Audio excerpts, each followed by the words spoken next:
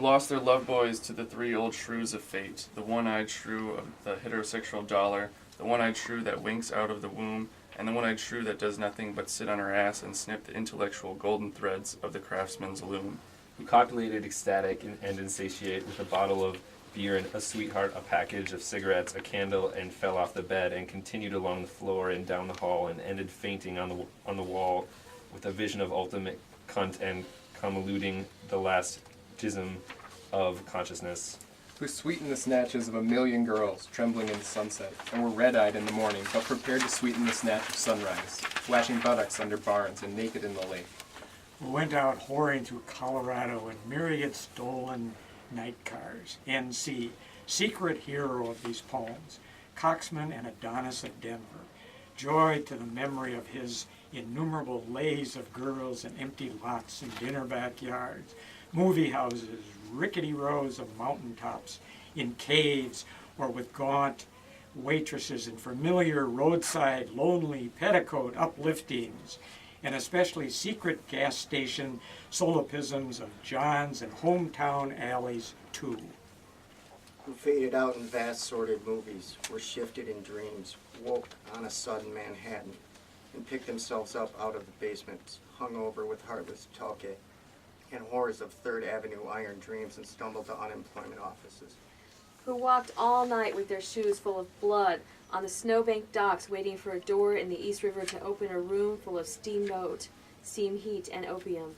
Who created great suicidal dramas on the apartment cliff banks of the Hudson under the wartime blue floodlight of the moon, and their heads shall be crowned with laurel in oblivion. Who ate the lamb stew of their imagination, or digested the crab at the muddy bottom of the rivers of the valley. Who wept at the romance of the streets with their pushcarts full of onions and bad music. Who sat in boxes creating in the darkness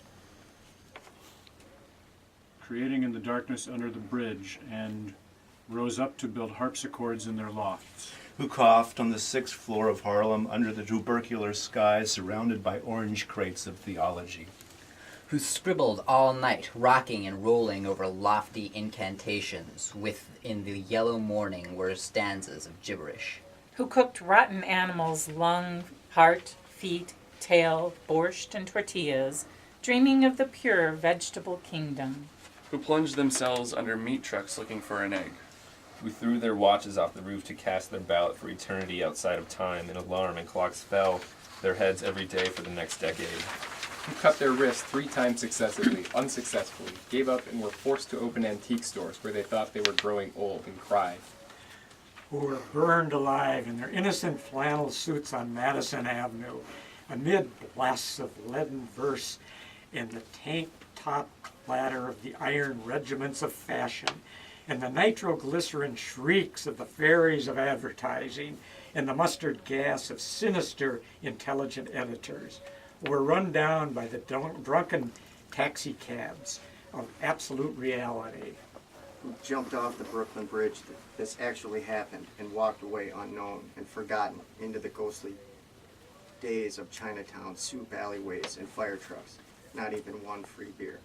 Who sang out of their windows in despair, fell out of the subway window, jumped in the filthy Passaic, leaped on Negroes, cried all over the street, danced on broken wine glass, barefoot, smashed phonograph records of nostalgic European 1930s German jazz, finished the whiskey and threw up, groaning into the bloody toilet, moans in their ears, and the blasts of colossal steam whistles. Who barreled down the highways of the past, journeying to each other's hot rod Golgotha, jail solitude watch, or Birmingham jazz incarnation. Who drove across country 72 hours to find out if I had a vision, or you had a vision, or he had a vision, to find out eternity. Who journeyed to Denver, who died in Denver, who came back to Denver and waited in vain, who watched over Denver and brooded and loaned in Denver, and finally went away to find out the time, and now Denver is lonesome for her heroes. Who fell on their knees in hopeless cathedrals, praying for each other's salvation and light and breasts, until the soul illuminated its hair for a second. Who crashed through their minds in jail, waiting for impossible criminals with golden heads and the charm of reality in their hearts, who sang sweet blues to Alcatraz. Who retired to Mexico to cultivate habit, or Rocky Mount to tender Buddha, or Tangiers to Boys, or Southern Pacific to the Black Locomotive, or Harvard to Narcissus, to Woodlawn to the Daisy Chain, or Brave.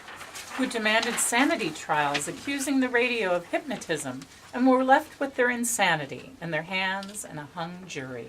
Who threw potato salad at CCNY lecturers on dadaism and subsequently presented themselves on the granite steps of the madhouse with shaven heads and harlequin speech of suicide, demanding instantaneous lobotomy. And who were given instead the concrete void of insulin, metrosol, electricity, hydrotherapy, psychotherapy, occupational therapy, ping pong, and amnesia. Who in humorless protest overturned only one symbolic ping pong table, resting briefly in a catatonia. Returning years later, truly bald except for a wig of blood and tears and fingers, to the visible madman doom of the wards of the mad towns of the East. Pilgrim State, Rocklands, and Greystones vaulted halls, bickering with the echoes of the soul, rocking and rolling into midnight solitude, bench dolmen, realms of love, dream of life, a nightmare, bodies turned to stone as heavy as the moon. With Mother finally, and the last fantastic book flung out the tenement window, and the last door closed at 4 a.m., and the last telephone slammed at the wall in reply, and the last furnished room emptied down to the last piece of mental furniture, a yellow paper rose twisted on a wire hanger in the closet, and even that imaginary, nothing but a hopeful little bit of hallucination. Ah, Carl, while you are not safe, I am not safe, and now you're really in the total animal soup of time. And who therefore ran through the icy streets, obsessed with a sudden flash of the alchemy of the use of the ellipse, the catalog, the metro, and the vibrating plane.